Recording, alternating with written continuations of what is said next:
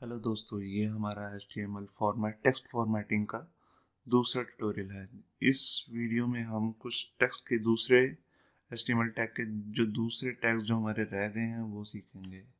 जैसे कि हमारा सबस्क्रिप्ट टैग हम सीखने वाले हैं इस वीडियो में, और सुपरस्क्रिप्ट टैग है, ब्रेक टैग है, और नॉन ब्रेक स्पेस एक एंटिटी कोड है। इसके बारे में हम सीखेंगे इस वीडियो में। तो चलो शुरू करते हैं। तो यहाँ पर हम अपनी वो पुरानी वाली फाइल ही खोली हुई है जो हमने पिछली अपने ट्यूटोरियल में बनाई थी, first.html।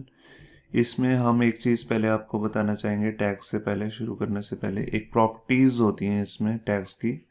तो एक प्रॉपर्टी है, वो आप किसी भी टेक्स्ट के टैग पर लगा सकते हैं। जैसे H1 टैग है, या कोई अंडरलाइन टैग है, पैराग्राफ टैग है, या कोई और टैग है टेक्स्ट से रिलेटेड, उस सब पे ये यूज़ कर सकते हैं। इस प्रॉपर्टी का नाम है अलाइन। तो उस प्रॉपर्टी को लिखने के लिए आप क्या करेंगे, H1 टैग के स्टार्टिंग वाले टैग में ही यहाँ पर स्पेस देके आप लिखेंगे अलाइन। अलाइन के अंदर हमारे पास 4 वैल्यूज़ होती हैं, लेफ्ट, राइट, सेंटर और जस्टिफाई। तो बाय डिफ़ॉल्ट जो होती है वो लेफ़्ट होती है, मतलब कि आप दो ना दो, लेफ़्ट तो चलेगी ही चलेगी।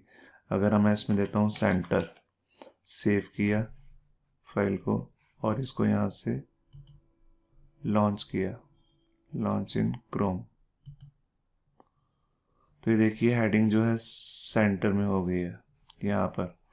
अगर मैं ये नहीं देता, सेव किया फाइल को और यहाँ पर रिफ्रेश किया पेज को, ये देखिए लेफ़्ट में आ रही है। बाय डिफ़ॉल्ट लेफ़्ट में ही होती है।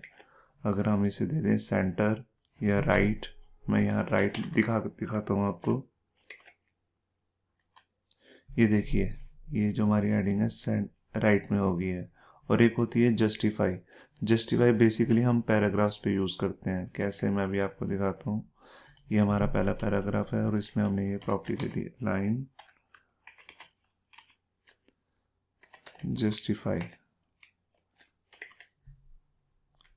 ये देखिए, अब क्या हुआ, यहाँ से भी ये इक्वल, आपको लाइन पैरेलल में एकदम सही दिख रही है और यहाँ से भी एकदम सीध में दिख रही हैं। अगर हम ये नहीं देते तो एक्चुअल में होता क्या है, वो बाय डिफ़ॉल्ट लेफ़्ट लाइन होती है।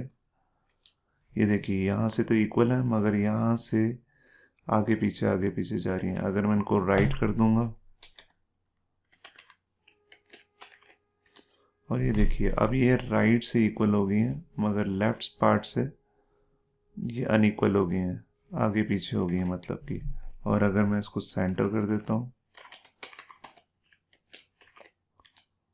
तो ये देखिए, ना इधर से इक्वल है ना इधर से, सारी लाइनें सेंटर में हो गई और जो लास्ट वाली लाइन है वो भी सेंटर में हो गई है। तो ये हमारी लाइन प्रॉपर्टी थी। अब इसके बाद हम यहाँ पर अब सीखने वाले हैं सुपरस्क्रिप्ट टैग। तो सुपरस्क्रिप्ट टैग क्या काम करता है मैं भी आपको दिखाता हूँ। यहाँ पर मैं जैसे कोई डेट लिखना चाहता हूँ, 12th, तो एक्चुअल में क्या होता है, जो TH होता है हमारा, ये थोड़ा सा ऊपर होता है। तो अगर हम इसको ऐसे देखेंगे तो वैसे तो नहीं होगा, इसमें नॉर्मली दिख रहा है हमारा टेक्स्ट, मगर अगर मैं इसे करना चाहूँ तो कर सकता हूँ सुपरस्क्रिप्ट टैग से। तो उसके लिए मेरे को क्या लिखना होगा, यहाँ पे SUP, और SUP को यहाँ पे क्लोज कर दिया। तो यहाँ के मैंने पेज को रिफ्रेश किया तो ये देखिए TH जो है थोड़ा सा ऊपर चला गया है। तो ये डेट्स वगैरह में बहुत ज़्यादा यूज़ होता है, या मैथ के फार्मूलाज में भी यूज़ हो सकता है। अगर आप कोई वेबसाइट वैसी बना रहे हैं जिसमें डेट का यूज़ होना है या मैथ के फार्मूले आपने दिखाने हैं, तो वहाँ पर आप इसे यूज़ कर सकते हैं। अब एक और फार्मूला है यहाँ पे, जैसे कि H2O।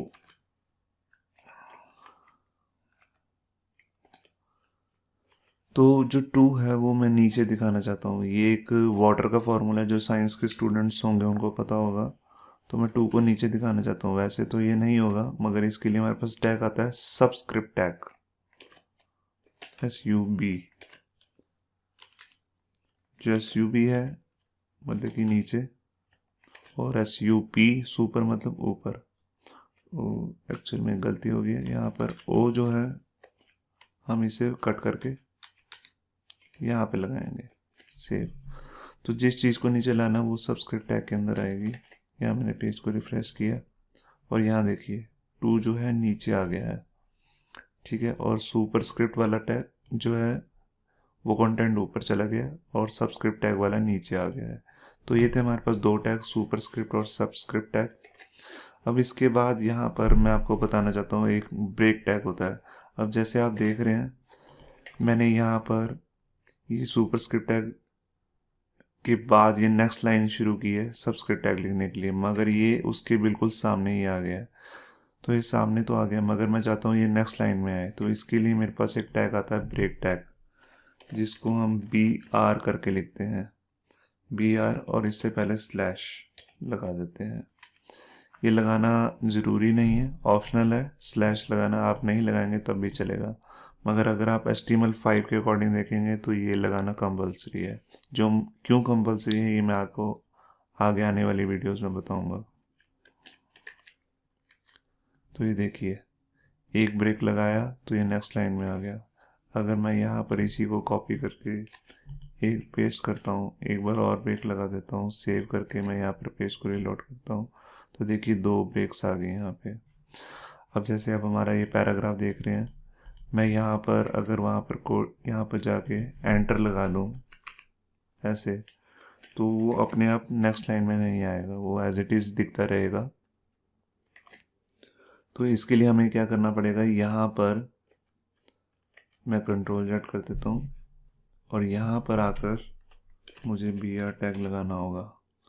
ये मैंने BR टैग लगाया, सेव किया, और ये देखिए वो नेक्स्ट लाइन में आ गई। ये लाइन यहाँ पे ख़त्म हुई और ये लाइन यहाँ पे। मैं इसको ज़रा अलाइनमेंट जो है मैं भी हटा देता हूँ, और ये देखिए ये यहाँ से नेक्स्ट लाइन में आ गया। अगर मैं एक बार और BR लगा दूँ तो 2 लाइन्स का गैप हो जाएगा इसमें, ये देखिए।